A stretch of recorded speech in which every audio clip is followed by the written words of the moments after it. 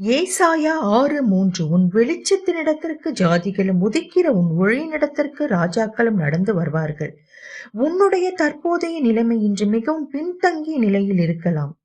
நீ யாருக்கும் வேண்டாத ஒரு நபராக ஒரு பாரமான நிலையிலே உன் வாழ்க்கை இன்று இருக்கலாம். யாருமே என்னை புரிந்து கொள்ளவில்லையே, எனக்கு இந்த உறவுகளிடத்திலும் இந்த சமுதாயத்திலும் ஒரு அங்கீகாரம் இல்லாத நிலையில் இன்று நான் இருக்கிறேனே என்று வருந்திக் கொண்டிருக்கலாம். ஆனால் இன்று ஆண்டவர் உன்னை பார்த்துதான், உனக்காகவே தான் இந்த வார்த்தையை அனுப்பியிருக்கிறார். இந்த வசனத்தின் மூலம் தேவன் உனக்கு சொல்வது என்ன? இந்த வெளிச்சமும் ஒளியும் உன் வாழ்க்கையில் இருக்க வேண்டும். அப்படி இருக்கும்போது தாமாகவே இவையெல்லாம் உனக்கு வரும். இந்த வெளிச்சமும் ஒளியையும் உனக்கு கொடுப்பது யார் என்றால், நானே மெய்யான ஒளி என்று சொன்ன உன் ஆண்டவராகிய இயேசு கிறிஸ்துதான்.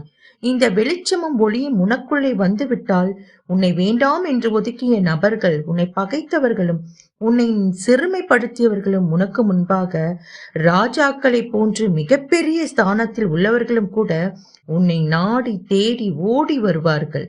ஆம், இது ஆண்டவரின் வார்த்தை. நீ இந்த வார்த்தையின்படி நடக்கும்போது இது உன் வாழ்க்கையில் கட்டாயம் நடக்கும்.